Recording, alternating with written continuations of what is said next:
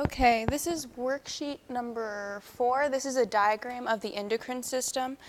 The first portion of your worksheet, the first page, is completely done for you. You don't have to do anything to it at all. So I'm going to grab one and go along with you guys on this.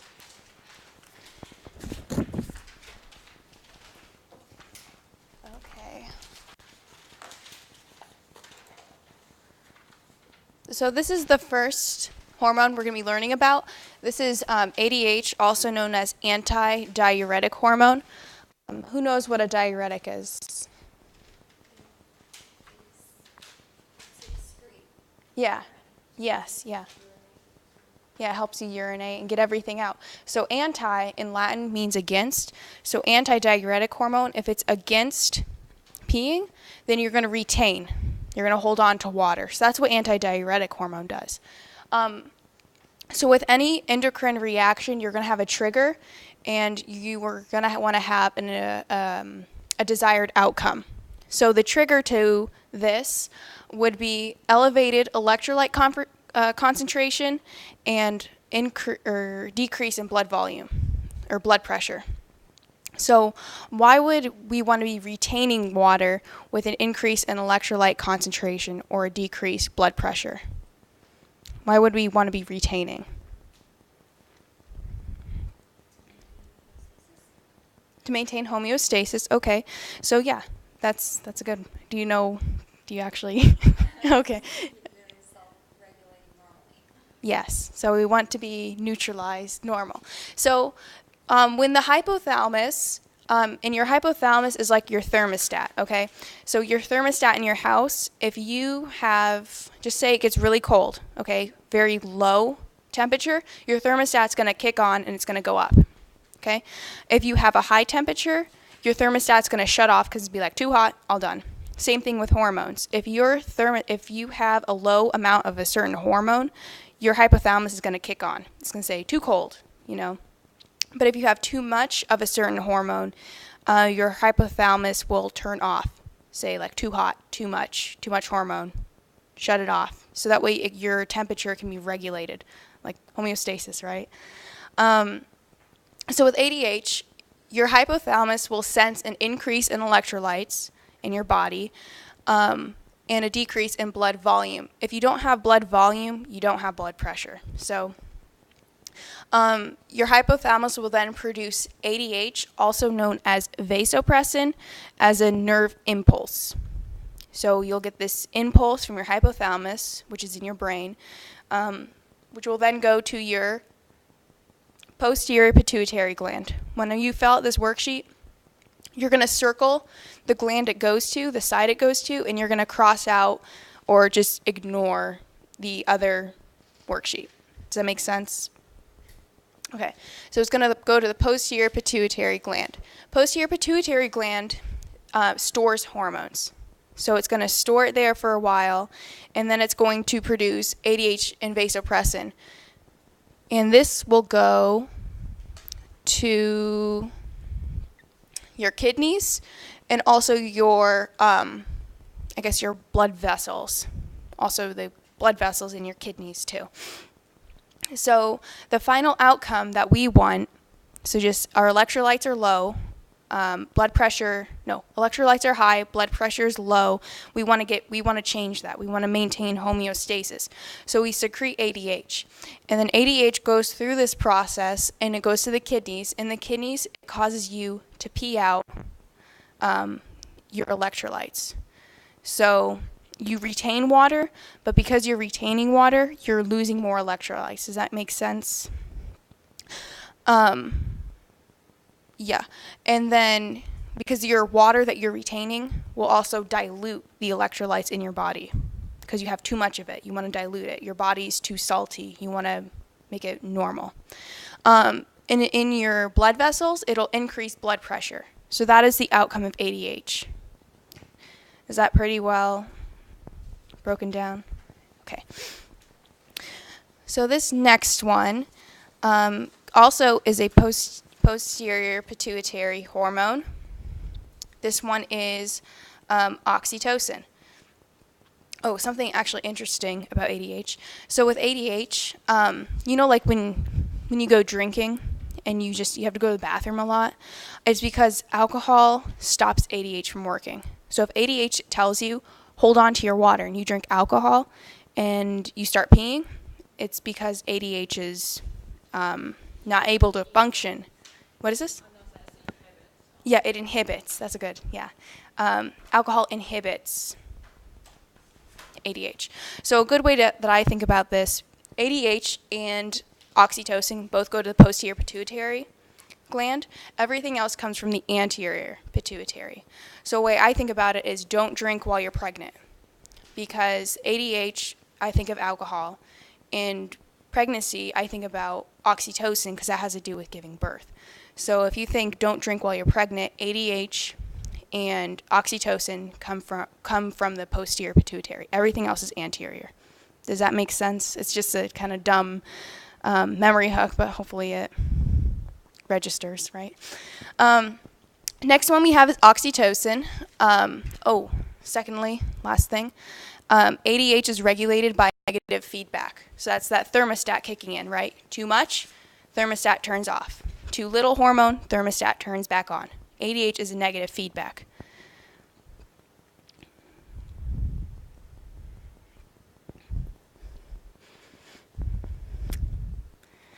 Oxytocin, so some triggers for oxytocin is when the infant is either suckling on the nipple, but it is more known for when you're giving birth, okay?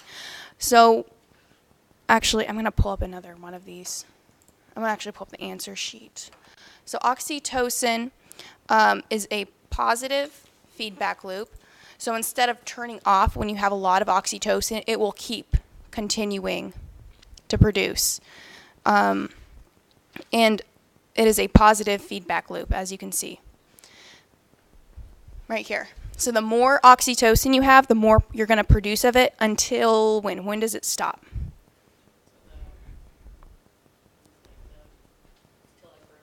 Yeah. Yeah, till you're done giving birth, right? So what triggers oxytocin is when your uterus or vagina starts stretching, and it starts stretching out because the baby's trying to come out. But when the stimulus is removed, when the baby is out of your body, then it shuts off. But while it's still in there, oxytocin's like, you gotta get it out, gotta get it out, gotta get it out. And oxytocin causes you to dilate. To get that child out. So your hypothalamus will secrete a nerve impulse of oxytocin. Oxytocin will go to your posterior pituitary gland. Remember, don't drink while you're pregnant, right? Posterior pituitary. And the posterior pituitary will then secrete oxytocin, because oxytocin will be stored there. And oxytocin will go to the uterus in the female. It also goes to the mammary gland in the female, and something a little lesser known, I'm not sure if your instructors mentioned this, but this is like a little fun fact if you see it. It also goes to the prostate gland in the males. Males don't give birth, but they still have some oxytocin. So that's just a little bit of a fun fact there. But when you think oxytocin, positive feedback loop, birth, both of those. So when oxytocin gets to the uterus in the female, it causes uterine contractions, and basically that's like your uterus like trying to push the baby out of you. And that's the outcome. In your breast, if the baby starts suckling on you, then you're going to produce milk. It doesn't make milk, it just allows you to get it out of your body. And the outcome is in order to nurse the baby. In the male, which is lesser known, doesn't have anything to do with birth, but it's still oxytocin, so why not mention it? It stimulates smooth muscle contractions, so again, muscle contractions, your smooth muscle. And then it also enhances sperm movement because it's trying to get the sperm out and into the female. So this is a little bit of a different situation, but if you hear oxytocin, it's this. And something interesting too. So you have, looking at the female anatomy, you have your uterus and you have your cervix. When you guys took 101 and you learned about the cervical spine, didn't you start kind of thinking, well, no, that's a cervix, it's down here. Well, actually, if you think about it, the cervix actually means neck. Cervical does, so your neck here. But the cervix is the neck to the uterus. That's a little bit, yeah, so that's why that's why it sounds so similar, because it's the neck. Just a fun fact, I guess. But yeah, oxytocin goes to the uterus, causes positive feedback loop, giving birth, all that good stuff. So the next one we're going to be looking at is cortisol. And who knows what cortisol does? It increases blood pressure. What happens when you have increased blood pressure? What causes you, my blood pressure is high? Yeah, stress. So stress, cortisol is a stress hormone. Another thing about stress is, just to keep in the back of your mind, what are other ways you could be stressed? Why do you get stressed? What causes it? Fear, okay. What else? Don't think psychological, think body. Exercise? Did you say energy? Okay. Oh, yeah, injuries works too. I don't know if you can see me writing this over here. I'm going to check over here. Kind of, it's fine. Another one is starvation, right? Starvation is a stress too. But this all ties in. And usually we don't think of starvation because we're not starving. But that is a major stress on the body. So I'm going to use a darker color. So just keep that in the back of your mind. So a trigger on here, it says decrease cortisol levels in the blood. I should have also added stress. So go ahead and add stress in that box up there. So when you have stress, or when you don't have enough cortisol, because it also needs to be balanced cortisol, happy medium, your hypothalamus will sense this. When this happens, your hypothalamus will secrete corticotropin releasing hormone. And this will go to the anterior pituitary gland. Okay? Anterior pituitary will then take corticotropin releasing hormone and make adrenocorticotropic hormone, or ACTH. So you have CRH to ACTH. And something else too, to keep in mind as we go through this, you will notice that the hormones that your hypothalamus secretes are either releasing hormones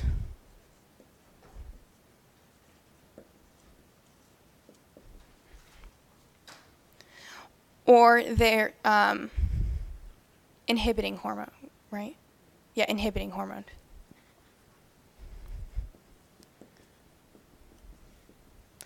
So typically, if you look in the middle of the word and it's an R or an I, most likely it is coming from the hypothalamus and it is going to the pituitary. Just kind of keep that in mind as we go. So it's either releasing or inhibiting from the hypothalamus.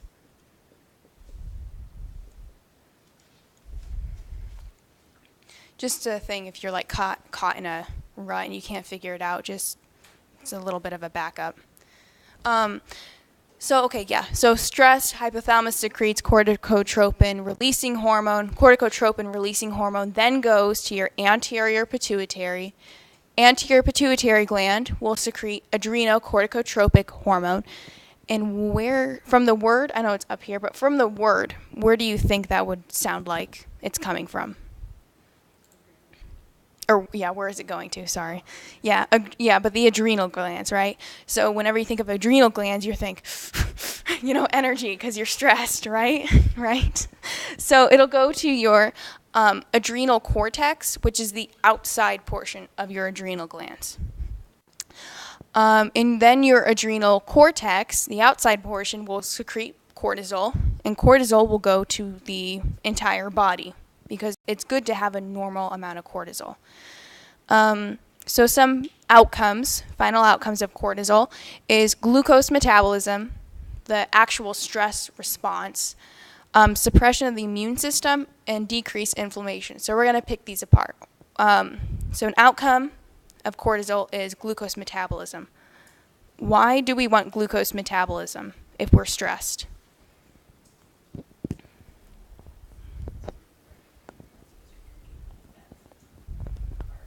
Yeah, lets you use energy from fats and carbs. Okay.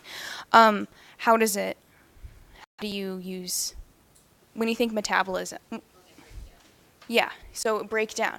So glucose metabolism means that you break down the glucose in your body. Okay, and if you're breaking it down, you're making it available to go to your other parts of your body. So like if you're starving, you break down the glucose in the fat stores that you have in your, well, fat stores too, but glucose doesn't go to fat, sorry. We'll get into that later. But your body will break down the material it has stored in order to use it for energy. So it's kind of like your body is like a walking, I don't know how to call it, like a walking pantry, so to speak. And yeah, so when you're stressed, you're starving. If you're injured, you can't get to food, you can use your glucose metabolism. If you are exercising and you don't have food with you, then you break down fat in order for your body to metabolize it. So that's what that is. Metabolism is the breakdown and buildup of food. It's like a, when you look at road construction, how we build roads, tear them down, build roads, tear them down to make them better. That's what metabolism is. It's the whole building down, tearing up and everything. Stress response, that just means the psychological, like, stressed. You can also have the sympathetic nervous system work with this to make you more like enhanced. Like you hear stories about like mom, like a kid like getting hit by a car and the mom's like flipping the cars or something. That's a stress response.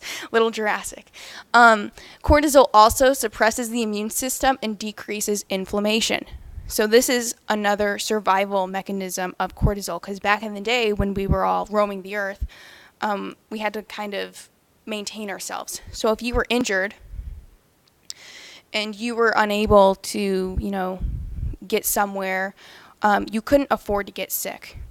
Your body would continue to carry on because of cortisol. Cortisol would be secreted. You would be stressed because you're injured, but you wouldn't get sick. Your body wouldn't get fatigued because that takes a lot of energy. This is another reason too. What about this? School. Another stressor, right? So something else too, this happens for me, it might not be for other people, but during school, I'm stressed. Okay, I'm having a lot of cortisol and I'm trying to get through everything. It isn't until after finals week that I get sick because my immune system is completely suppressed, and then I get sick after I can relax because my body is able to. Your brain is like, okay, if you get sick, you won't die, pretty much. But I guess nursing school makes me feel like dying, so I don't get sick until later. But yeah, so cortisol, stress response, suppresses the immune system, glucose metabolism, and the trigger is stress, pretty much. So cortisol, I love cortisol to some extent. So the next, is any questions over that? Does it kind of make sense? Okay. Yes, that one is negative feedback.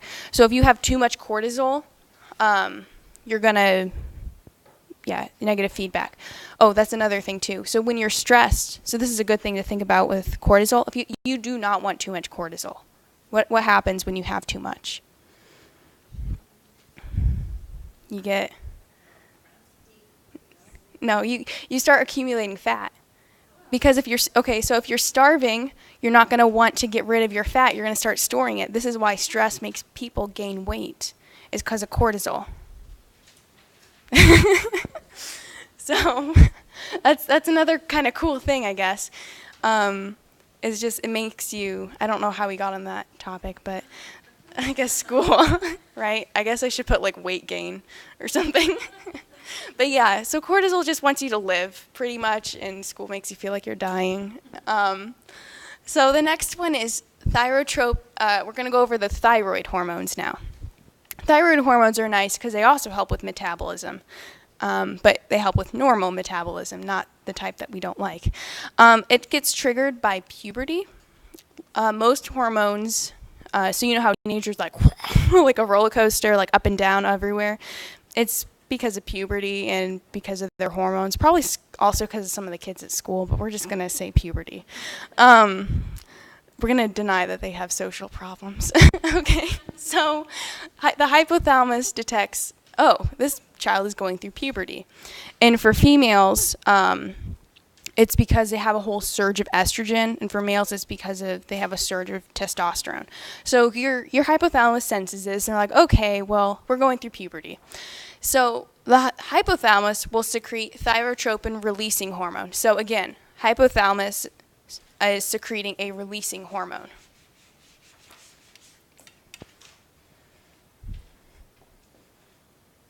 So see the R in the middle? It's coming from the hypothalamus. Okay, just to know. The thyrotropin-releasing hormone will then go to the anterior pituitary gland. Anterior pituitary gland will then make something out of thyrotropin-releasing hormone, and it will make thyroid-stimulating hormone.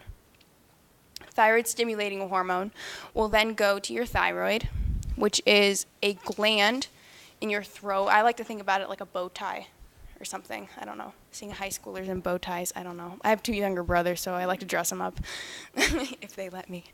And then your thyroid will produce T3 and T4. Now this right here is just a picture of cellular metabolism.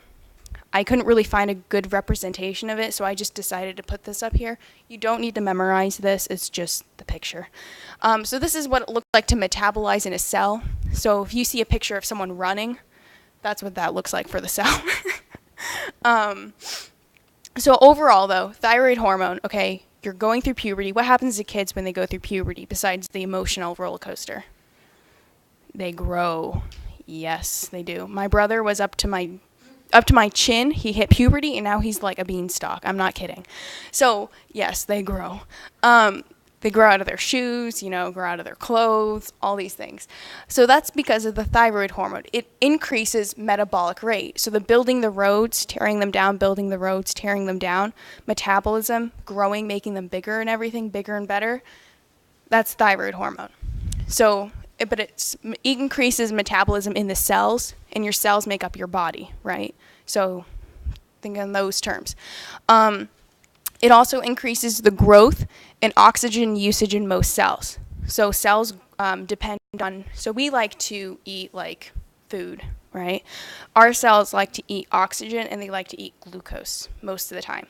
So your cells, so just think about a teenager, how they eat a lot, they got to eat a lot more food. That's because their cells need to eat a lot more glucose. Another thing too is they also eat more oxygen, but you don't really see that too much. Maybe their lungs get bigger, that happens, so. But yes, thyroid hormone increases metabolic rate. It comes from thyroid stimulating hormone, which then comes from the thyroid releasing hormone from the hypothalamus. So it is a negative feedback loop.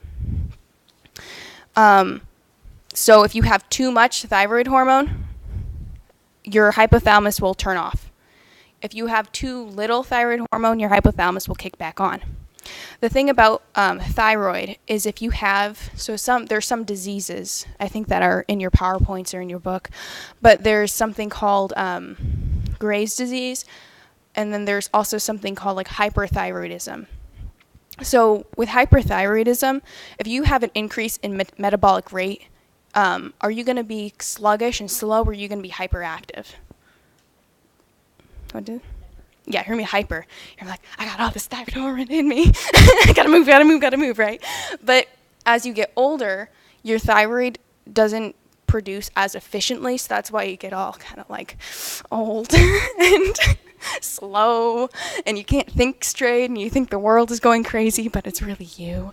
That is with a thyroid hormone. So thyroid hormone can cause actually mania if you have too much of it, and it can cause, you'll learn a lot more about it, but it can cause low amounts of it, slow metabolism, very sluggish thinking, some very serious conditions.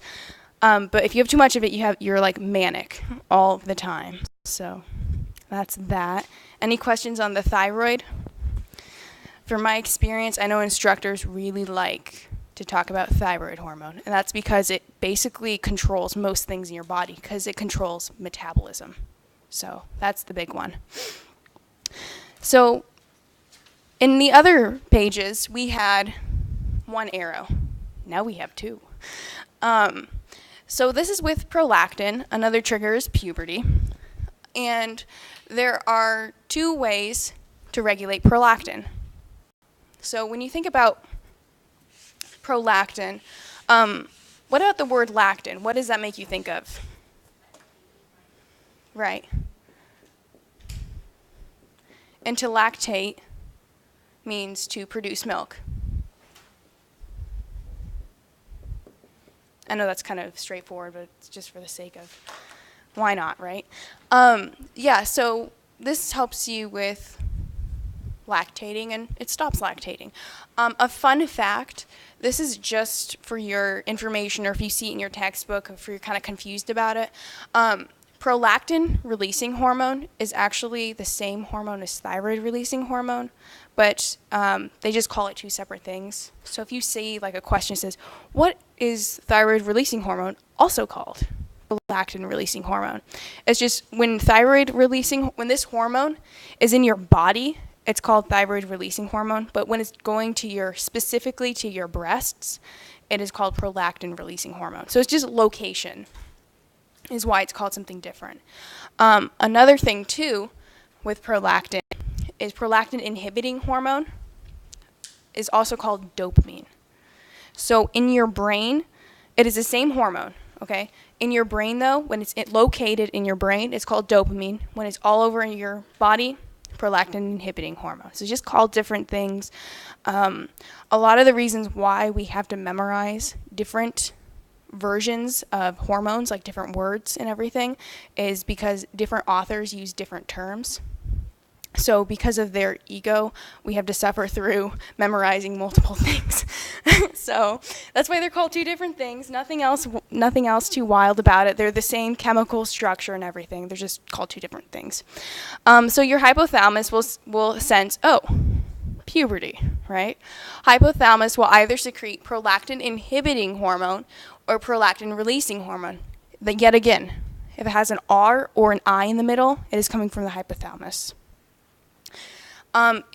Both of these hormones, so if you need to produce more milk, you have prolactin releasing. Don't need to you have enough milk, it'll be prolactin inhibiting. So it'll go to the anterior pituitary and it will affect prolactin. On here, I put prolactin is a positive feedback loop, but it can also be a negative feedback loop. There's actually I tried looking this up, but there's actually controversy over which one it is. But for the safe side, just put negative or ask your instructor because it can be either. For that, I'm not much help with that one at least. Sorry. I don't know what to tell you. I don't want to tell you the wrong thing, so I'm just going to be flat out honest. I really don't know. So prolactin will then go to your mammary glands. It will promote mammary gland development and milk production in the females after childbirth.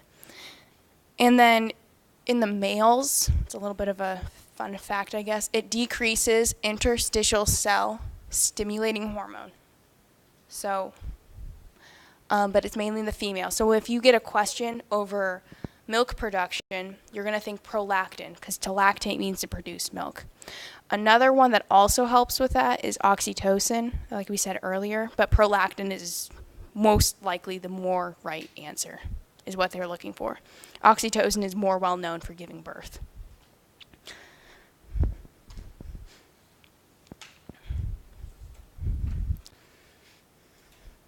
How are you doing back there? Yeah? It's a nice review. Oh, there you go. What lab do you have? Wednesdays? Oh, so you got some time. Yeah. And then you guys are digestive next week? Okay. Are you guys from Mark's group? Or no? Oh, okay. So you're the only one. Okay. You're the one. Yeah. Okay. Just making sure. No. No, you're good. You're good. I just wasn't sure.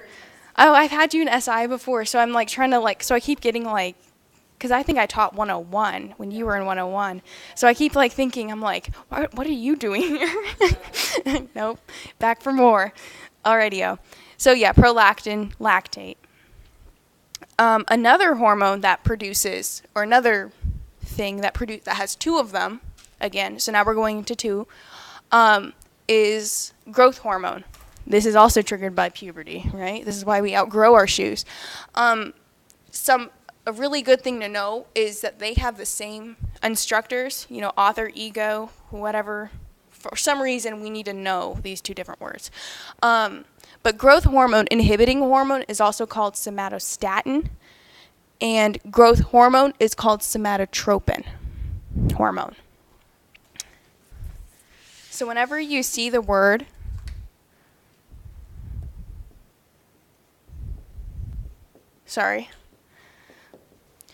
whenever you see the word tropin, yeah, it means to grow. So tropin means to grow. What is the condition known as atrophy? What does this mean? Not your bones. What's on your bones? No. No, keep going. Yeah, your muscles. So atrophy, if you break it down in Latin, trophy means to grow, right? Atrophy means without growth. So this is what happens to old people when they just don't move very much because they can't, that's normal. But then their muscle starts to waste away and they have atrophy. So that's just a good way to know that trophy means grow. When you're old, it doesn't grow. Atrophy is a condition where your muscles don't grow because you're not using them. So somatotropin, where I was going with this, somatotropin, trophy, indicates it's growth hormone because you're growing. Trophy means to grow, tropin means to grow. Statin, you just may need to memorize that. Which one releases it? The anterior pituitary. Yeah.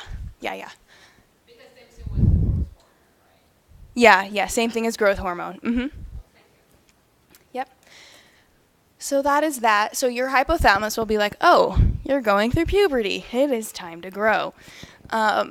So your hypothalamus will either secrete growth hormone, inhibiting hormone, or growth hormone, releasing hormone. These hormones will both go to the anterior pituitary, not at the same time. It kind of cycles through. And the anterior pituitary will secrete growth hormone. This is a negative feedback mechanism. So growth hormone will shut down. If you have too much, too hot, then your hypothalamus will turn off. Be like, too much growth hormone, turn off. If you have too little growth hormone, your hypothalamus will kick back on again, just like with a thermostat. So growth hormone will then go to all of your body cells. It will go to your skeletal muscle, your chondrocytes, your liver, and your bone and your cartilage. Mainly those. So if this is a term from Anatomy 101, but what are chondrocytes?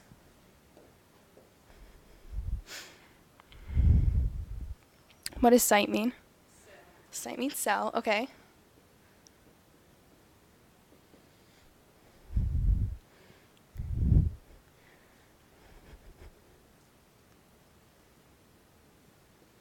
Oh, I hope I spell this. Cartilage, yeah.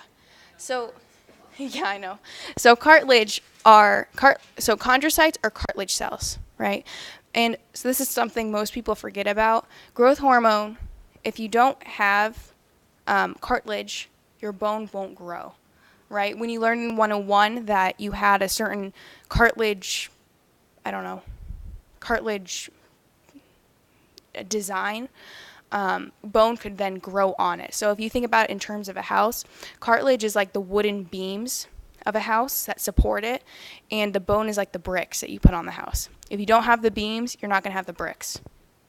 So chondrocytes are targeted by growth hormone to increase bone length. So that's just something to keep in mind if you see that. So overall, though, the overall outcome is growth hormone increases protein synthesis, and protein synthesis is the production of protein, right? Because you need protein to grow. It increases amino acid uptake, which is protein, again, because you need protein to grow. Increases the rate of mitosis. Mitosis is how the cells replicate, and they just divide and get bigger, because as you're growing, you need more cells, you know. So that's mitosis. Same thing with the cartilage. You secrete more, your body makes more cells. It increases the rate of mitosis as you grow, because you need more cells to do more jobs, right? You're a bigger person, you need more employees, I guess. Increases fat breakdown. This is like when you see some little kids when they're like kind of chunky, they grow up and they slim out. That's what growth hormone does, is it increases breakdown. It also increases blood sugar, because we need increased blood sugar. Why? To store it, yeah, but also for energy. Yeah. So, and most adolescents have quite a bit of that, you know. I need naps more often, to be honest. So overall, though, growth hormone promotes lean body mass. It causes the bones to grow because of that cartilage. And it also, cartilage growth, okay. So I think I kind of drilled it in your head. Don't forget about cartilage.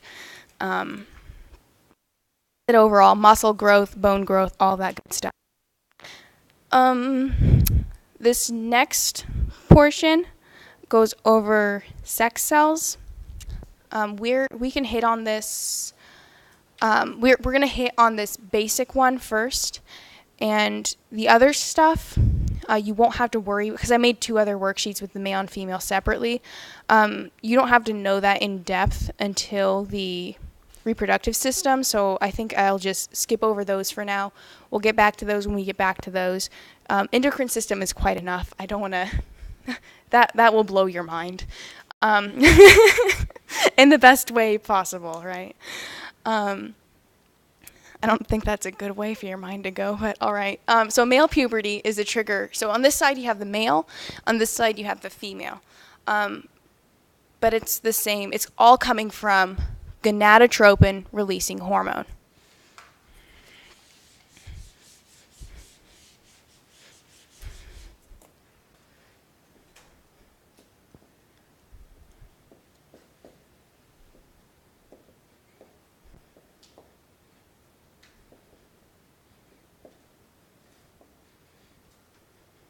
Okay, so I'm going to break this down. If it is a releasing hormone, where is it coming from? Your hypothalamus, right? What does tropin mean? To grow. Okay. A gonad, what is a gonad?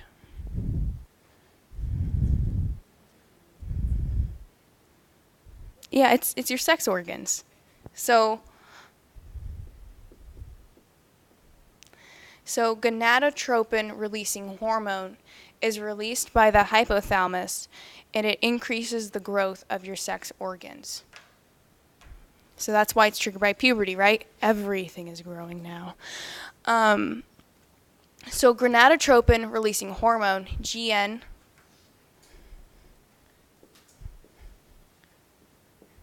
so GN tells you it's gonads. It's your sex organs.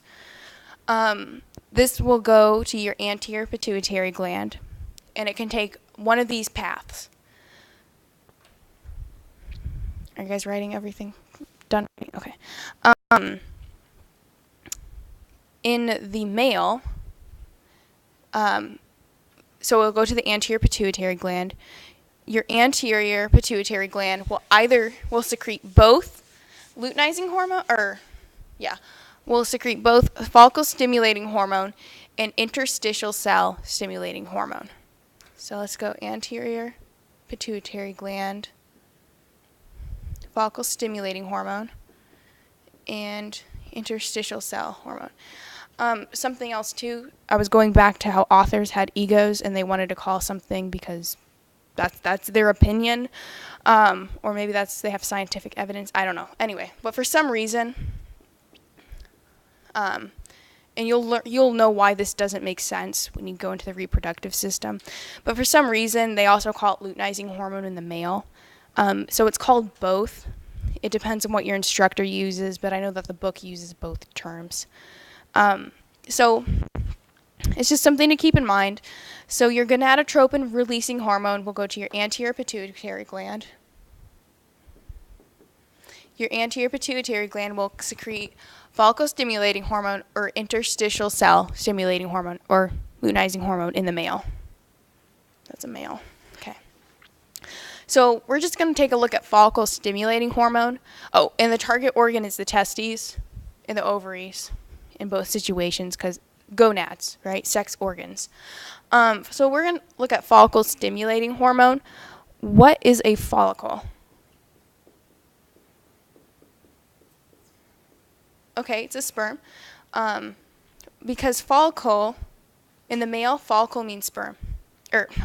In the male, oh wait, I'm getting all mixed up. So follicle means cell, okay? And in the male, their sex cell is a sperm. So in this situation, we're just going to go with sperm. So when you break it down, follicle stimulating hormone, it is the hormone that stimulates sperm. So this targets Sertoli cells, but you don't need to know that until later. But basically think follicle means sperm. It increases the maturation of sperm cells, so it causes sperm cells to mature, just like it causes our young men to mature, apparently, because some of them don't grow up. But I'm just saying. Thank you. So that's with follicle stimulating hormone, the maturity of sperm cells. Interstitial cell hormone. So interstitial, this I portion, whenever you think of interstitial, think of tissue. Kind of sounds the same, stitial and tissue. This hormone targets the cells around the testicle, called cells of Leydig. I don't quite know how to pronounce it. But overall, though, it increases testosterone production. So just kind of know follicle stimulating hormone, follicle means cell, sperm is a male sex cell. Interstitial cell hormone, also called luteinizing hormone in the male for some reason, is also known as testosterone. So I'm going to... Ooh. Yes, this is all male. All male. We're going to do the female in a minute. Mm-hmm.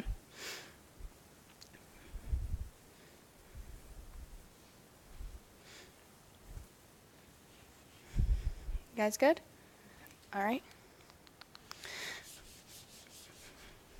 So, same thing kind of happens in the female, except for she's female. So you have your gonadotropin releasing hormone will go to your anterior pituitary gland. Your anterior pituitary gland will either secrete follicle stimulating hormone or luteinizing hormone. So a follicle in a female is, it's an egg. So in the male it's a sperm, in the female it's the egg. It is also called, Flora, what was it also called?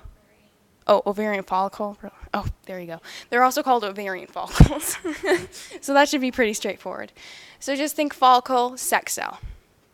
Luteinizing hormone, on the other hand, causes you to increase the production of estrogen.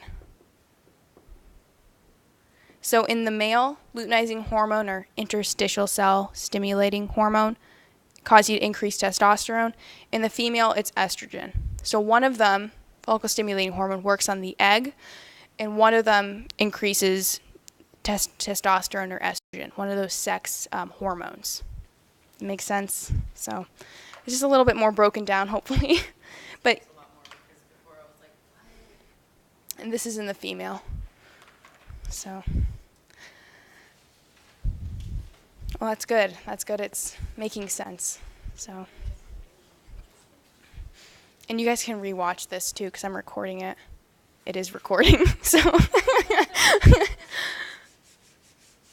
are you done with this? Okay. Okay, so this next one, I decided instead of making them all, the same. So these last two, this one with the testy and this one with the cervix, we're just going to skip those because it's too much. You don't need to know it until reproductive system. The one with the testicle and the one with the cervix. So, I will send out the answer, so if you want to write them down, you can, but for the sake, it's you don't need to know it. So we're going to go with these feedback loops. So same process happens. You have a trigger, your hypothalamus senses it, your hypothalamus secretes something, and this secretion of the hormone causes you to go back to homeostasis, right? But this is just a way of looking at it. So you have normal blood so we're going to go up. So as you can see, the circle goes up and it comes back down, kind of represents how the cycle works. So you have normal blood pressure, okay? And then for some reason your blood pressure elevates. Like maybe you see like a scary movie or something, or you get mad at your kid, I don't know. But it makes your blood pressure go up. Because your blood pressure is high, it causes a lot of stress on your heart. So that's why there's a picture of a heart up there. I'm starting in the middle, and I'm going up. Sorry, yeah, that's a good point. I should have been better about that. Yeah, we're just going around. I should have like a pointer or like a rule meter stick or something, because this is high and it doesn't even fill up the whole thing, because usually most projectors I can get the whole page on there. But anyway. So your blood pressure is really high, right? Your heart in this situation, think about a balloon. If you have a balloon that's full of water and it just keeps having all this pressure, it's going to pop. And we don't want our heart to pop. That would not be good. So excess fluid causes overstretching of muscle fibers in the heart. Your heart will then release atrial natriuretic hormone.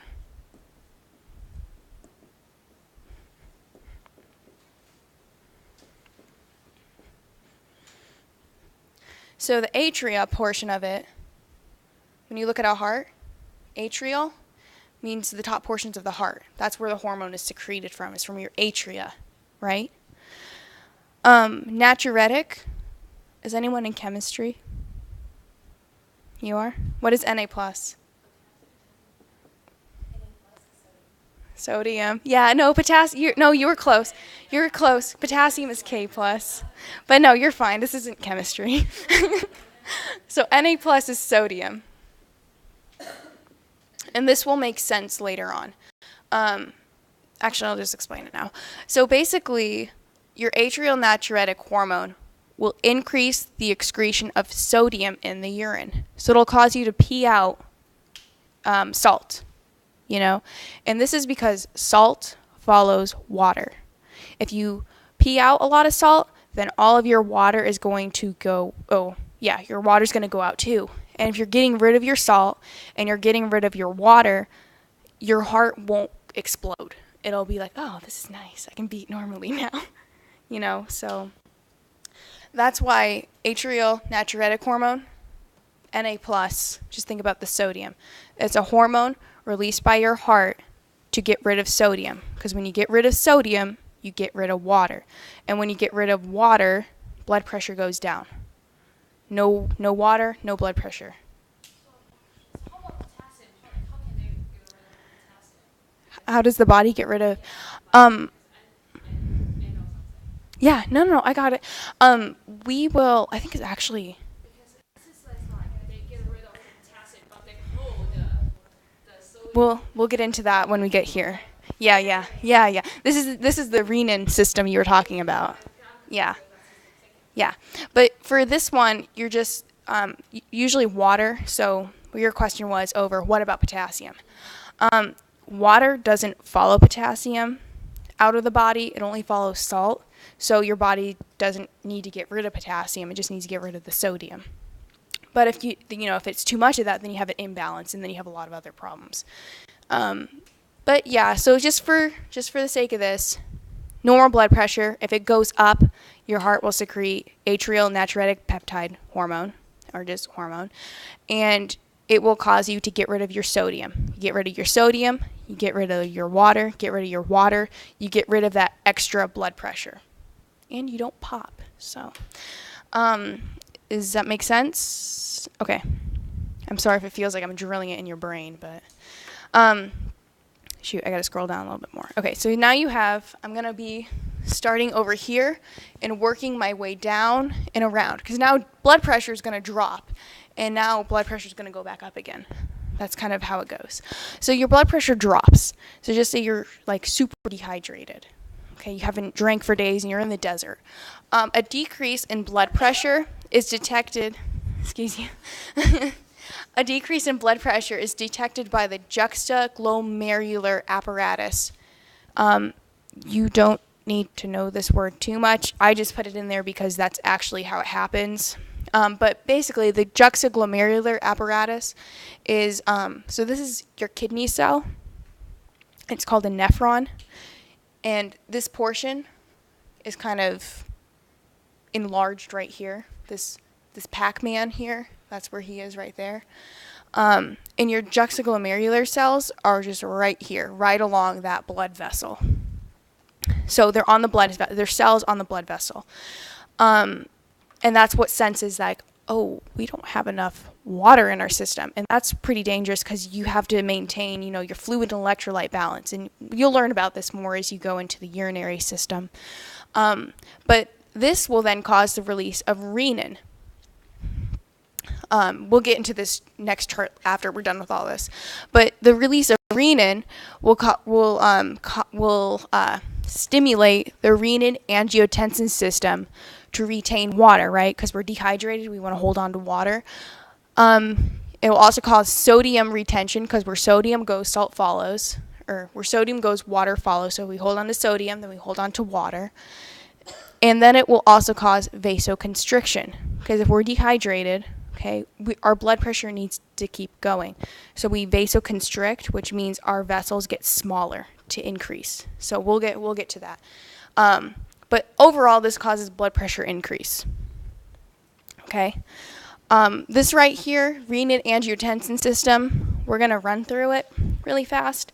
But I don't think you'll be tested on it too much. But this is just, I know, because you're learning about, this is so much information.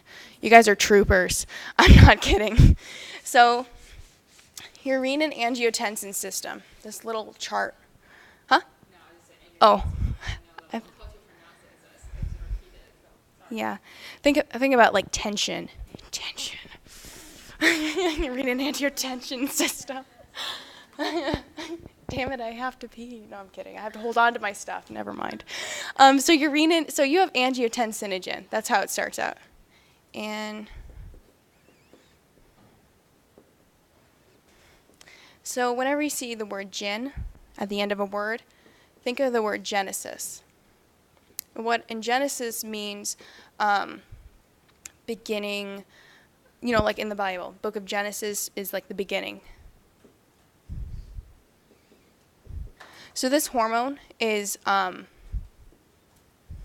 gen. It's inactivated. It's just beginning. It's like an infant. It's just hanging out in the body, but it's not doing anything.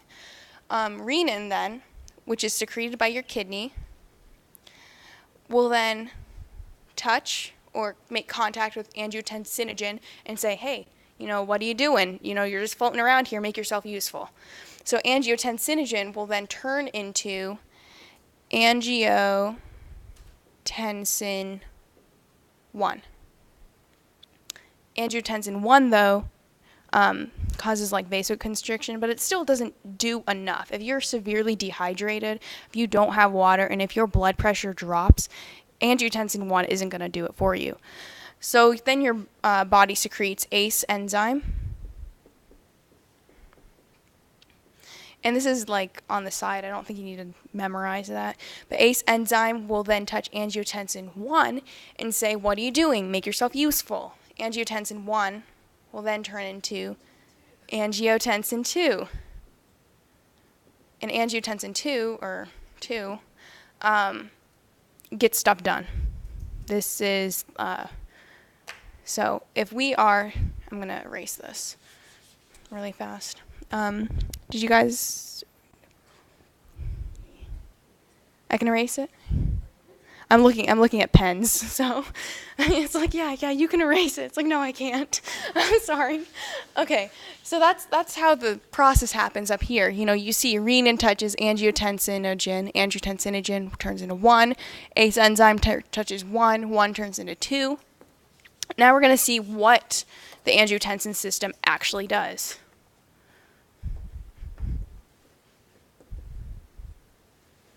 So angiotensin 2 will secrete, or will have an effect of on aldosterone. It will cause vasoconstriction.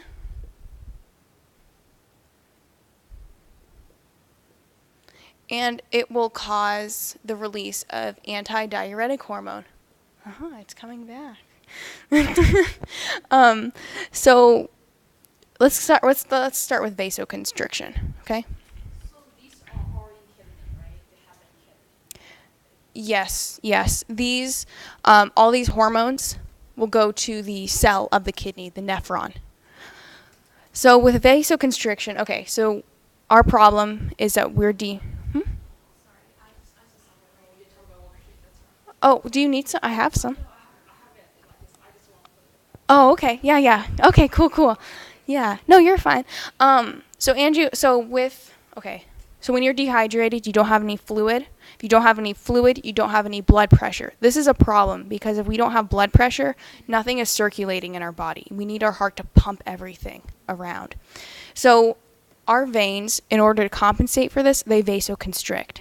So if you think about having a big pipe, think about having a little pipe, and you have to put like a certain amount of water in each pipe, okay? Will water flow faster through the smaller pipe, the skinny one, or will it flow faster through the big one? Through the skinny one, it'll be more rapid. So that's what your veins do. They vasoconstrict so it can push blood and circulate oxygen and nutrients throughout your body. So that's what the vasoconstriction is. It's trying to compensate for the lack of water in your body. And it does it with large arteries, but also in the kidney cell. So that's that. ADH. So overall, though, angiotensin system increases blood pressure because that's what we want to do. We want to increase by getting smaller. ADH, so a diuretic is something that makes you pee, right? ADH is antidiuretic, so instead of peeing, you're going to hold on to all your water. You're going to retain it. So when you retain water, what's going to happen to your blood pressure? It goes up.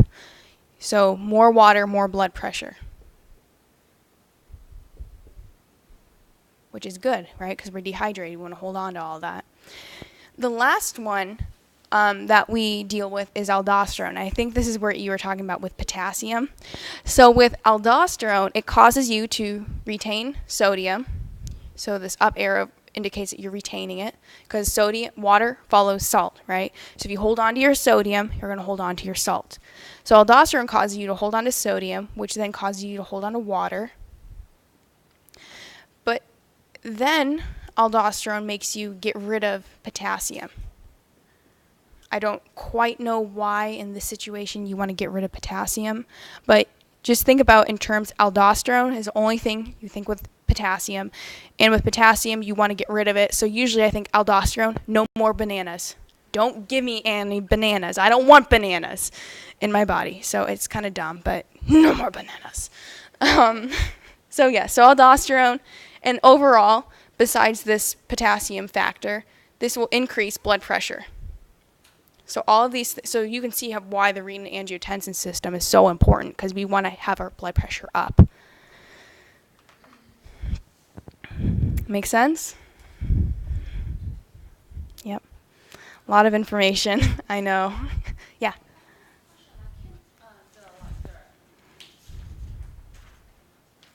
The adrenal cortex also like secrete like endocrine. Yes. Yeah. But it goes to the kidney. Yeah. But yeah, that is right. The adrenal glands. I don't. Yeah. The adrenal glands do secrete aldosterone, but just know it goes to it actually works in the kidneys. But angiotensin 2 actually, angiotensin 2, right? The big one who gets stuff done. Angiotensin 2 goes to the adrenal glands. I don't remember if it's the medulla or cortex. The adrenal glands then secrete aldosterone. So it comes back to the kidney. So that's just a fun fact on the side. You don't need to know it.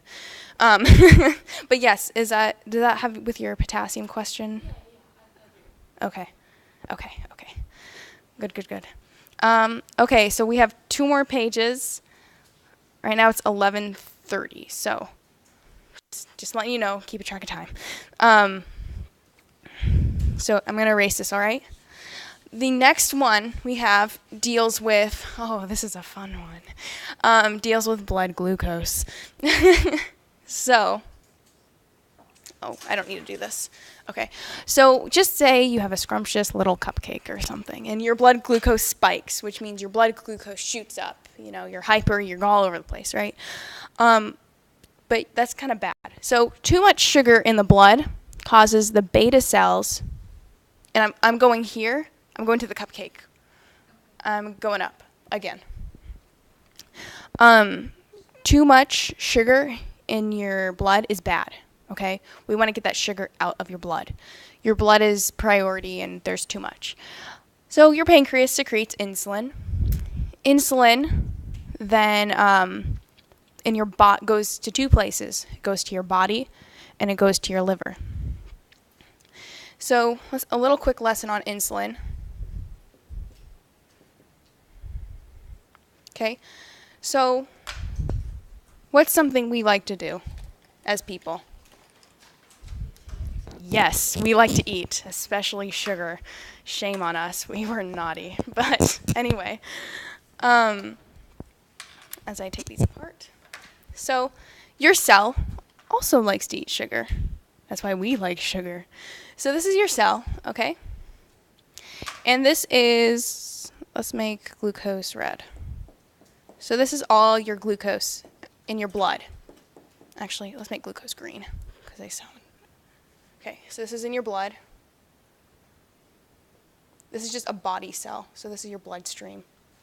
Okay? So you have like, I don't know, this could be like kidney cells or lung cells, body cells, fat cells, I don't know what you call them. So you have, just say you eat all that sugar. And your glucose is surging through your bloodstream. But your cells can't eat them. No matter how close it is to the bloodstream, your cells cannot eat that sugar unless your pancreas secretes insulin. Now, insulin is kind of like a key. Insulin unlocks your cells so your cells can open up and eat. So now they're turning into Pac-Man. Because insulin attaches, and they open up, and your cells can eat. These look like, have you seen Little Shop of Horrors? That's what this is reminding me of. Anyway, so now your glucose can get into your cell, and your cells can eat and metabolize and be happy. So, and then when it's in your cells, what happens with the blood? So glucose. Yeah, your cells break it down, but what happens? No. Yeah, it goes down. So you have like 10 sugar cubes in your blood, and 10 sugar cubes then go to your cells, then you don't have any in your blood, right? So this will cause blood sugar to go down. Insulin does, because insulin allows your cells to eat. Makes sense? So that's why blood glucose spikes. Beta cells produce insulin. Insulin is produced. Insulin in the body starts unlocking your cells. And insulin causes blood glucose to decrease. That's in your body. Okay. Next, we're going to do insulin in your liver. So, I don't know if they caught that picture or not. Oh yeah. And another thing too, if you guys ever want to take pictures, I'm okay with that. So, of like the board and stuff, like if it's a big diagram or something, you're like, whip out your phone, I won't think you're being weird. So, good, okay. So now this is insulin in your liver. So, this is your blood again. This is your liver. Liver actually tastes pretty nasty. I will never eat it again in my life, just saying. So when you have so you eat that cupcake or that cake or that chocolate and you have a lot of glucose in your body, right? Insulin will then tell your liver, you need to take up glucose. The same thing with the cells, kind of, is insulin will tell your liver to eat. It looks like cheese. It will unlock the liver, taking glucose. However, the difference between liver and body cells, you know the difference between liver and body cells? Okay, body cells eat and break down sugar for energy. Your liver stores it. That's the main big difference. So it hoards it, I guess. So this is when glucose in your blood, sugar in your blood, when it's free flowing and all over the place, it's called glucose. So glucose is in your blood, but when it gets into your liver, the sugar, when it comes into it, it becomes stored, which is called glycogen. Yes, exactly. So I should write that there. Glycogen. So your liver stores glucose as glycogen, and it just stores it there in case we start starving and need cortisol, right? That was a long time ago. Just saying. So this is how insulin works in the liver. I'm going to leave this up so we can compare it to the next situation that we have. Yeah.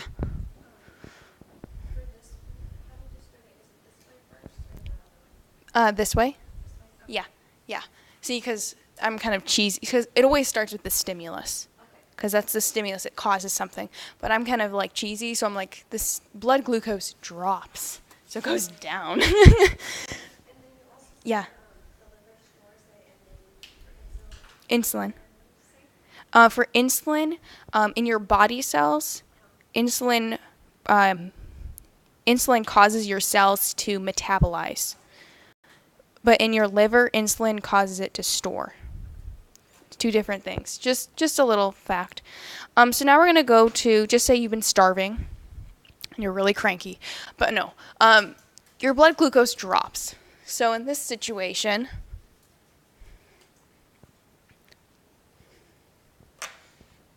we have mystery hormone.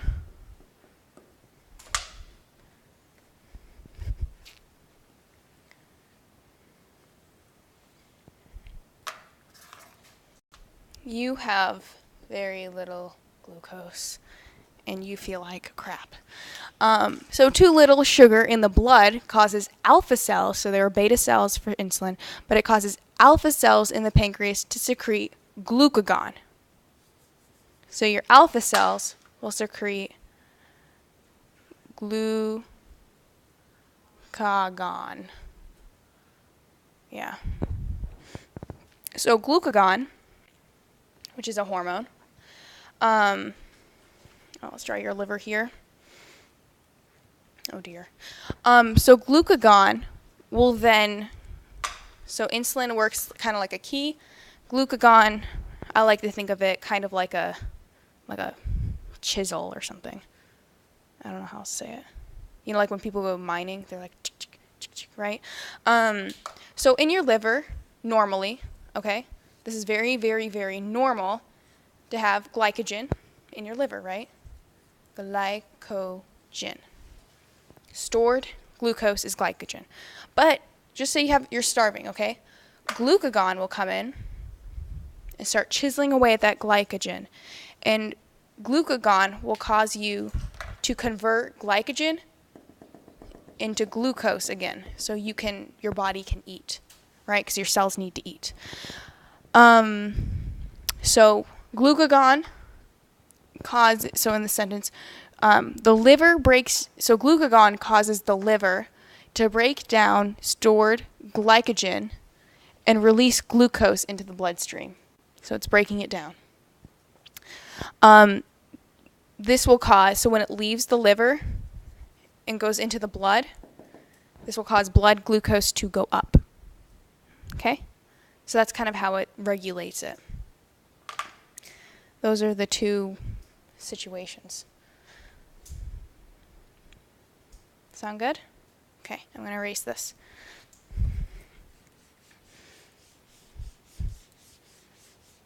Okay. Secondly, do you guys know the difference between type 1 and type 2 diabetes? I know you do. I told you last week. So you wanna go ahead and explain it? Yeah, you want to try explaining type 1 and type 2? Type 1 is most likely it's like genetic problem. Mm-hmm. Inherited from genetic problem. So it's usually happen like in a young age, like before 20.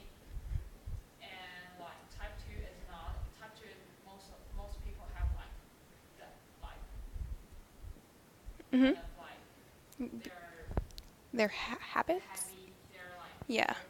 I should say overweight. Yeah. Well, overweight. Yeah. I mean, it's a fact. Yeah, they're overweight. They're overweight usually, so they focus on diet to treat the problem and with Oh, that's good treatment. So, and because they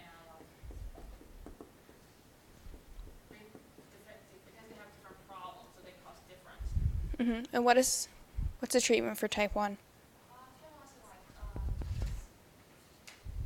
because the reception is destroyed. Like Not the reception, the pancreas is. So insulin.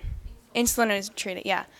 yeah, they give them more insulin because they cannot secrete insulin, and the type 2 is kind of receptor is destroyed. So Yeah. So type 2, receptors are destroyed, like you said. So a good way you can think about it, so if you have your body cells, so something interesting about type 1 and type 2. Type 2, people are typically overweight. With type 1, people are really skinny, which you think is kind of interesting, but we'll get into it. So with what you were saying about the receptors being damaged, that's type, yeah. Where's the color? I'm confused with this too because Yeah. So this is glucose, okay? When your receptors are damaged, usually they're damaged. A way you can think about it, this isn't really true, but think about like a layer. So type 2, someone is overweight. Type 2, there's a layer of fat around the cell, and this causes insulin is then not able to unlock the cell. So the cells can't eat. Does that kind of make sense? So that's the issue with insulin, is they do produce insulin. Insulin is produced in type 2, but they also have high blood sugar, high sugar, because their cells aren't eating. So with type 2, you have people who are like urinating glucose. And so just think about type 2 is caused by being overweight. It is caused by a habit, okay? With type 1, and I don't know how much in depth your instructors, this is just good to know, especially if you're going into like nursing. With type 1, your pancreas, like it's like an autoimmune thing. Your immune system attacks your pancreas, or somehow your pancreas doesn't work. So you don't have insulin. Okay? So you have a lot of glucose. So you have no insulin and increased sugar, which is bad because your cells aren't taking that sugar out of your blood system. Another thing too is if your cells aren't eating, what happens to us when we don't eat? We get fatigued, we die, we starve. So that's why people who have type 1 tend to be very skinny, because their cells are starving, because they can't eat, because there's no insulin. With type 2, though, it's caused by the fat. So that's why they tend to be overweight, then they have type 2. With type 1, they have the condition, then they have type 1. So the cause of type 1 is genetic, and then because of this, they become skinny. The cause of type 2 is they become overweight, and then they have type 2. So it kind of, one happens before the other kind of thing. But if you read ever type 1 skinny, or diabetes, people tend to be skinny, and you're like, wait a minute, most of them are overweight. There are two types, and there are two different kinds of symptoms. So.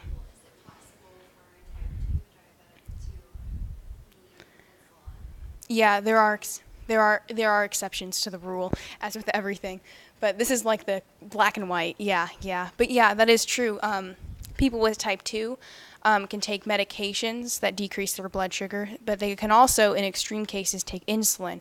So even though their pancreas secretes insulin, the theory is if they have more insulin in their body, then their cells are more likely to take up that glucose and get it out of their blood.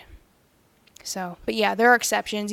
There are people with type 1 who are overweight. There are people with type 2 who are skinny and who need insulin. And there are some people with type 1 that are like, hey, you could have a better diet. Everyone could have a better diet as is. But this is just the black and white version of it.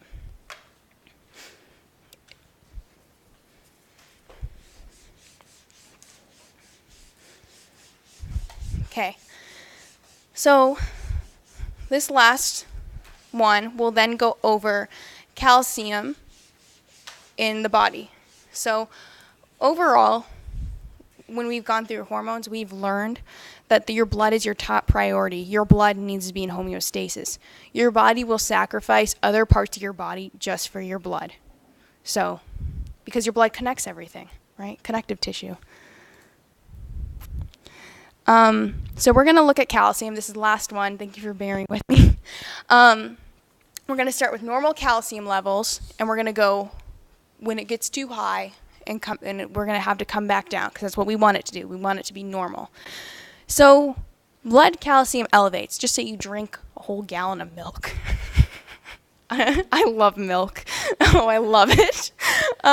So too much calcium in the blood will then cause the thyroid gland to secrete calcitonin. And we should bring that up. So your thyroid secretes calcitonin. Calcitonin is the hormone. Calcitonin then goes, let's see, so this is your blood. This is your bone.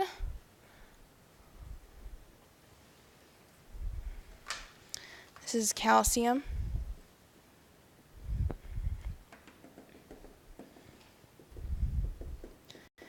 So calcitonin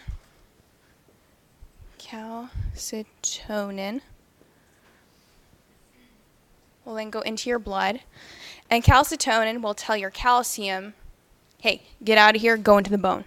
So calcitonin tells your calcium goes into the bone. Calcitonin will tell osteoblasts, calcitonin goes to your bone. Calcitonin will go to your bone and tell osteoblasts to take calcium out of the blood and put it back in the bone.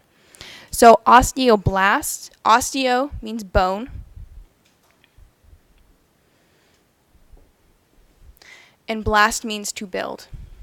Well, it doesn't really mean to build, but that's just how I memorize it. Blast means build. So we build bone by taking calcium out of the blood. So calcium is like bricks, right? So we're taking all those materials out of the body, and we're making structures with it. So that's with calcitonin. Calcitonin, secreted by the thyroid gland, tells osteoblasts to build bone. That's why you see a little hammer there too. Little visual. So that's nice. We're building bone, which is great. But not only that, your blood calcium is now back to normal because it's all in the bone, which we like. It's all in the bone and it's happy because not in the blood. So, well, yeah. So that is with that. Any questions so far? All right, in for the grand finale. So that's this situation. The next one, I'm just going to go here, draw a line. The next scenario, so we're going to start here and go down. Just say you don't get enough calcium in your diet. You know, you don't eat a lot of spinach, you don't eat a lot of kale, you don't drink a lot of dairy, you don't eat a lot of yogurt. I think spinach and kale have calcium. Pretty sure. Anyway, but too little calcium in the blood causes your parathyroid, so your thyroid gland is that bow tie one. Your parathyroid are little glands within your thyroid. So it's in the same location, but it's a little bit different. Your parathyroid will then secrete, what will it secrete? Yeah, parathyroid hormone, the easiest hormone to memorize where it comes from, right? Like, why can't they all be called this? But your parathyroid hormone will then go to your bone, and it will tell your osteoclasts. So osteo means bone. It'll tell your osteoclasts to carve. So think about clast carving bone. So think about like shovels. So you have, so in this situation, the original situation, you had too much and you had to get it out of the blood. With low blood calcium, you need to get calcium into the blood. So your osteoclasts, your bone cells, will then push calcium out of your bone and into your blood, right? Which is great because now your blood is happy. But what happens if you don't regularly eat a lot of calcium? What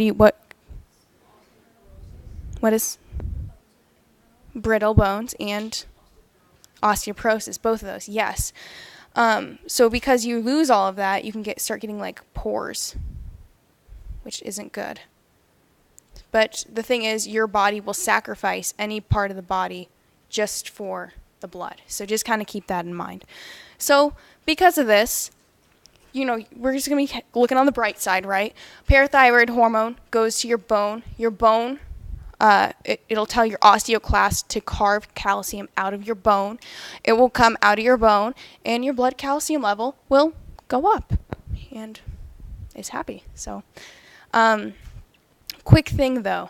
We talked last week about 2 hormones. Okay. So, are you guys done with this? Okay. Yeah, so this is just a little, when you guys go through worksheet number 2 and you start looking at the definitions, there's calcitonin, which has to do with, you know, your osteoblasts, bone.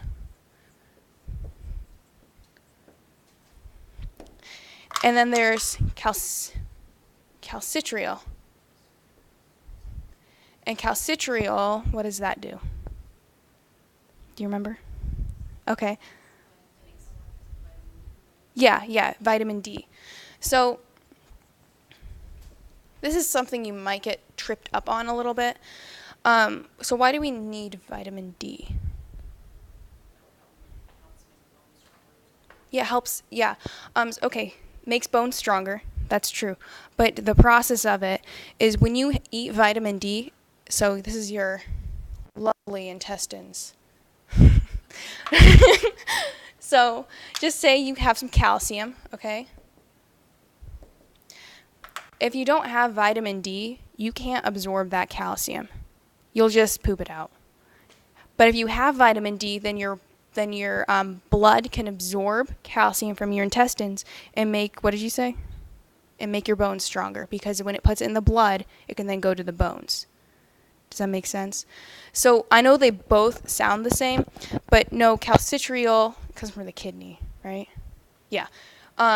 Just don't get too tripped up on that. Calcitriol is also known as inactive vitamin D, because vitamin D helps you absorb calcium. So you get these people who are taking all these calcium supplements, but it's not doing anything for them if they don't have vitamin D. And where's the best place to get vitamin D? From the sunlight. 15 minutes a day, have your arms exposed. You know, have your arms, your face, your legs exposed, but don't go out nude. I mean, that you can do that if, you know, I guess free country, but yeah, so calcitonin and calcitriol, two different ones, sound the same, but that's why. They both have to do with calcium in different ways. So, well, that concludes this. In the other section, because we end at noon, but in the other section, I'll go over the other worksheets. So maybe, yeah, we may start earlier. It depends on who turns up. If no one does, then I'll just talk to myself. But they're actually pretty straightforward themselves with the answer key. It's just this one is the difficult one.